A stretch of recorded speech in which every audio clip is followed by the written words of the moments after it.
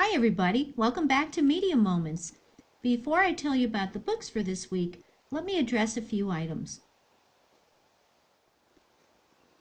First of all, we don't have Stephen King's book, It. The content's just not appropriate for middle school, so you'll have to either get it from the public library or buy it. Sorry guys. Second, please check the back of your books for the date due. The book drop is always available for you to return books, especially after we have a holiday or an unexpected school closing. Only use the book drop if you cannot get into the library. If you can come in, just give your book back to us that way. Third, if you read a magazine in the library but don't want to check it out, please bring it to the front desk when you're done. Don't reshelve it. Thank you. Finally, please check the tables when you come in.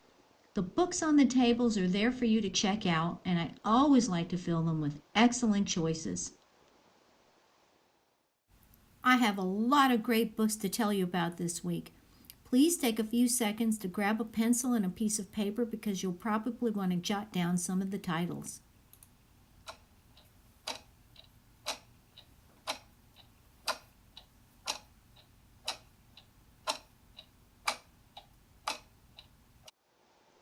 We've certainly heard an awful lot about hurricanes in the news lately, and the people of Texas, Florida, and even our area have taken a terrible beating from Mother Nature.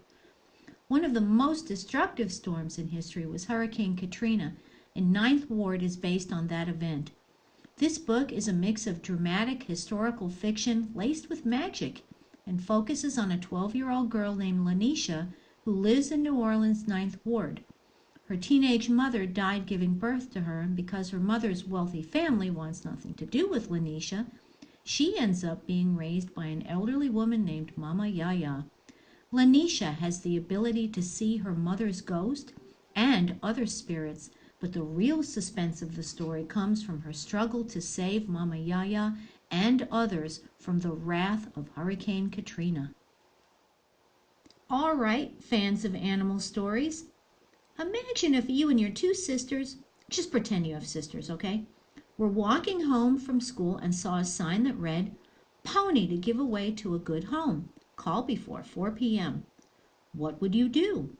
Do you think your mom and dad would let you bring home a pony? What if you didn't even have a dad at home, but just a single mom trying to raise you on her own? Do you think she would let you have a pony? Well, I've asked a lot of questions here, and the way to find out the answers is to read the book No Small Thing. Ha ha! I've got good news for Serafina fans. Serafina and the Splintered Heart is here. In this third installment in the series, something has happened to Serafina, who awakens to find herself scarred from a terrible battle, and to the Biltmore estate, where life has changed in ways Serafina could never have imagined. Some kind of mysterious force is headed toward Biltmore, causing violent storms and flooding, and it's up to Serafina to defend her friends and family and make things right again. I'm especially pleased about these two books because they were made possible through the generosity of 7th grader Colton Evett, who purchased them with his own money and donated them to our library. Woohoo! Way to go, Colton! Thank you.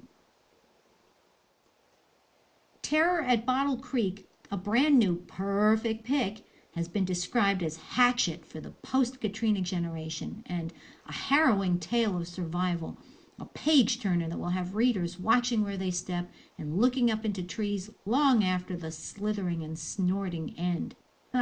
Let me tell you, I read this book in one day. I was up until like 2 o'clock in the morning on a school night. I just couldn't put it down. It's the story of a 13-year-old boy named Court and 2 neighbor girls who are left on their own in a battle against a Gulf Coast hurricane. Court's father is a local expert on hunting and swamp lore in southern Alabama and has been teaching Court everything he knows. So when a deadly Category 3 storm makes landfall, one catastrophe leads to another, and Court and the girls are in a fight for survival. The author notes at the beginning that the book is based on several real hurricanes that he experienced, and this story had me on the edge of my seat from beginning to end. I've also included this picture of a John boat, which is mentioned many times at the beginning and middle of the story, and I wanted you to see what kind of boat they were talking about. Don't miss this book. It was really, really, really good. Okay, a lot of you ask me for military books, books about World War II or Vietnam or even World War I, and we have some really terrific selections by Chris Lynch and many others. This week, I want to tell you about a very special book named Code Talker, a novel about the Navajo Marines of World War II. As you probably know, Native Americans have not had an easy time of it since Europeans claimed their land centuries ago.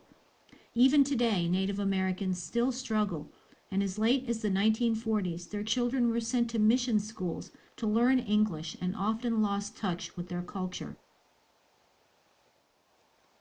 But during World War II, the U.S. military became desperate to find a secret code that the Japanese couldn't break, and so they turned to the Navajos. Navajo is one of the hardest of all Native American languages to learn, and only Navajos can speak it with complete fluency. The narrator enlisted in the U.S. Marines when he was 16 years old and eventually became one of the elite group of code talkers. This book is the story of his experiences not just as a code talker, but also his battlefield experiences in Hawaii, Guadalcanal, Iwo Jima, Okinawa, and others. He describes in detail the fear, the loneliness, and the horrors of the battlefield. I can't recommend this book highly enough, and even if you never get around to checking it out, I hope that today you learned a little bit about the contribution that Navajo Indians made during World War II. I feel like we should have a drum roll for this next new release, the Guinness World Records 2018 edition.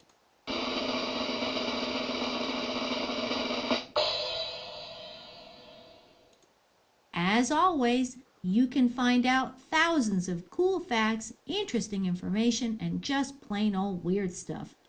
When I was browsing through it, I learned what Justin Bieber's favorite type of puzzle is, where the world's largest bobblehead is located, and the most expensive hamburger ever sold on a regular menu. I'll give you a hint. The hamburger weighed in at 777 pounds. We have only 4 copies of this book because they're pretty expensive, so reserve yours today. Okay, Shadow House fans, I have 4 copies of Book 2, You Can't Hide. And I know I don't have to sell you on this if you read the first book. This is the series that has an app which tells more of the story as you find fragments of a picture throughout the book. I think I'll read you a few lines from the beginning. Dylan ran, his thoughts and memories as blurred as the shadows that kept pace with him. His twin brother's voice rang out behind him, but it only made him run faster. He ran, choked with fear, desperate to escape everything he'd just been through. Although, in a way, he hadn't been through anything. Dylan was... I won't tell you what Dylan was. You'll just need to read You Can't Hide to find out. If you've been reading the My Life series, you'll be glad to know that we now have Book 6, My Life as a Ninja. In this installment, Derek has become interested in the world of manga and anime. He and his friends really get into learning about all the cool aspects of ninjas. So, when someone starts vandalizing their school with graffiti, Derek and his friends use their ninja skills to stop the vandal from striking again. If you're a fan of James Patterson, who wrote the middle school Worst Years of My Life series, you might want to take a look at a different series of his called I Funny. The main character is Jamie Grimm. He's confined to a wheelchair, and his goal in life is to become a stand-up comedian. Yes, you heard that right. He also happens to live in the same house as the school bully. I Funny is full of jokes and drawings. It's a pretty good story that's often as sad as it's funny. Cameron Boxer is very happy to spend his life avoiding homework, hanging out with his friends, and gaming for hours in his basement. It's not too hard for him to get away with it, until he gets so caught up in one game that he almost lets his house burn down around him. In order to do some damage control, Cameron and his friends invent a fake school club that will make it seem like they're doing good deeds instead of slacking off. The only problem with that is that some kids think the club is real and Cameron is stuck being the president. Soon Cameron and his club are part of a mission to save a beaver named Elvis from certain death, and Cameron will have to use every slacker skill he has to make it happen. I've never met a Gordon Corman book I didn't like, and I can assure you that you will not be disappointed in Slacker. The Body in the Woods is a suspenseful and very interesting book. While helping the Portland County Sheriff's search and rescue team to find a missing autistic man, teenagers Alexis, Nick, and Ruby find a body instead. They join forces to find the girl's murderer and form an unlikely friendship as well. I read this book last year, and it's really, really good. It's another one of those books I read in a day. It's based on an actual search and rescue team in Portland, Oregon, where teens volunteer to find lost hikers and other people. It's also the first book in the Point Last Seen series. April Henry is the writer who brought us Girl Stolen and The Night She Disappeared, and she won't disappoint you with this one either. She's definitely one of our best and favorite authors.